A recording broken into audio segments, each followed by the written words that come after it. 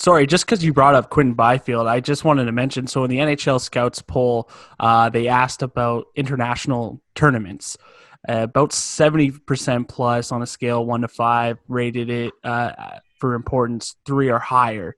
Just wanted to get your guys' opinion on scouting international tournaments like the World Juniors, and Quentin Byfield obviously fell on a lot of lists because of his World Juniors.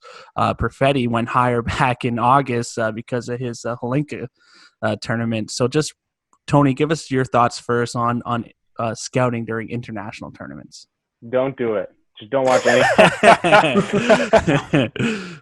No, like they're valuable. Of course, they're valuable. Like anytime, like it sucks that we're missing the U18s right now. They would have been going on in the last couple of weeks, and obviously, like when we get to see best on best, it's an awesome experience, and we get to see Cole Perfetti do what he did for Canada at the Holinka, or Askarov take over for Russia at the Holinka.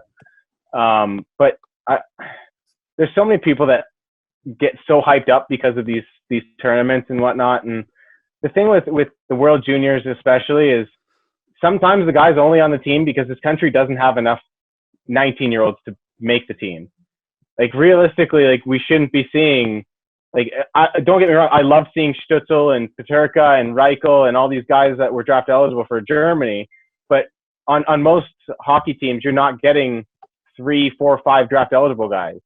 Like Canada was a shock this year to have 3 draft eligible guys, and arguably Dawson Mercer probably shouldn't have been on the team. That's fair. Like Byfield's production of 1 assist was literally identical to Lafreniere's production last year, where they were a month apart last year. Whereas this year, Quentin Byfield's coming in as a younger player, and people are like, "Oh, look what Lafreniere did," and it's like, well, yeah, he's almost 18, like he's over 19 almost, he's getting to that age. So I don't judge like the World Juniors too harshly. The U18s I take a little bit more stock in because it is just best on best. There's no 19, 20-year-old drafted prospect dominating the tournament and making other teams look silly. But really, it's 7 games. That's the biggest thing for me. If you watch those 7 games and you watch 7 OHL games, you should be able to come away with the same somewhat basic judgment on, okay, Quentin Byfield is doing the right things.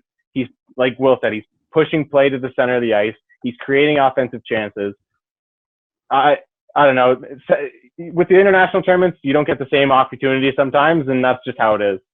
Yeah, I would agree. Mostly, I would agree. I mean, I'm not someone who throws them out. I think that there are tournaments that are definitely worth watching. Like I think that what's really interesting is when you get lower level players, quote unquote, who get a spot on a team, whether it's the Canadian team or the American team or whoever, and you get to see, let's say it's a high school guy or something like that, and you get to see that high school player, or that, maybe there's a junior A player, or maybe someone like a Brandon Coe would have been on, I can't remember off the top of my head if he'd be eligible for the U18s this year, but if he were, let's just assume he's playing on a pretty poor team, but there's an opportunity to view him with players that are of a higher caliber, and you can see how his game might change, or if he slots in that world. I don't think you can, jot down a ton of notes about it and say, well, the player sucked at this tournament, therefore they suck. Like, I don't think you can do that.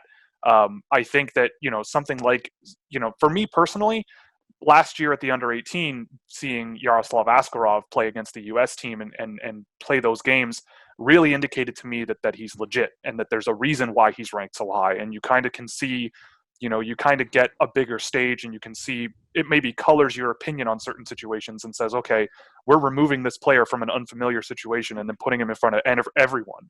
And whether they play poorly or not, or put up a ton of points or whatever, there are ways, if you track data, where you can cut through sort of, oh, he only scored 1 point. It's like, well, he only played like 10 minutes in the whole tournament. So 1 point every 10 minutes is not bad. Like if he played 20 minutes, that's a 2-point night, technically.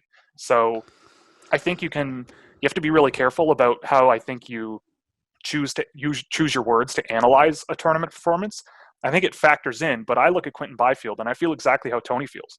I look at Quentin Byfield at the World Juniors and go, if they were going to use him as a 13th forward, I don't know why he was there. I would have much rather have him back in junior and playing, 20 minutes a night, because now he ends up with this situation where he comes back and he's going, well, I wasn't used. Like, why was I that? Like, I didn't play in the gold medal game. Like, I'm sure winning it is great.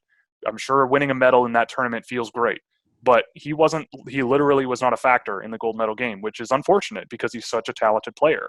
And now you have people who are saying, well, maybe he's the third guy that goes now because Stützle was at that tournament and he did so well. And it's like, but you're not seeing the forest through the trees. Like, you're looking at a tree and saying, like, this is how it is. Like, this is all there is. And then you're just like, no, there's more. So someone like Byfield flying seemingly somewhat under the radar, I'll let someone else make the decision to pass on him in the first 2 picks of the draft if that's what happens. But again, same thing with European guys focusing on international tournaments versus their club play, especially the guys playing against men. That can really kind of get you in trouble if you're looking at them playing against their own age group. Because even then, like, sometimes I see guys who are in European men's leagues where the style of play is much more pro-like. I mean, they are professional leagues, and then they go back and play against junior players, and that, even though they should outmatch their opponent, sometimes you feel like it's like they're too far ahead almost. Like, it's like there's, they're not, the refinements they've made to play pro don't really translate when you go back to junior. It's a little bit odd, but I've seen that happen a couple of times. So it matters, but it's not something that you can, like, really take home, I don't think.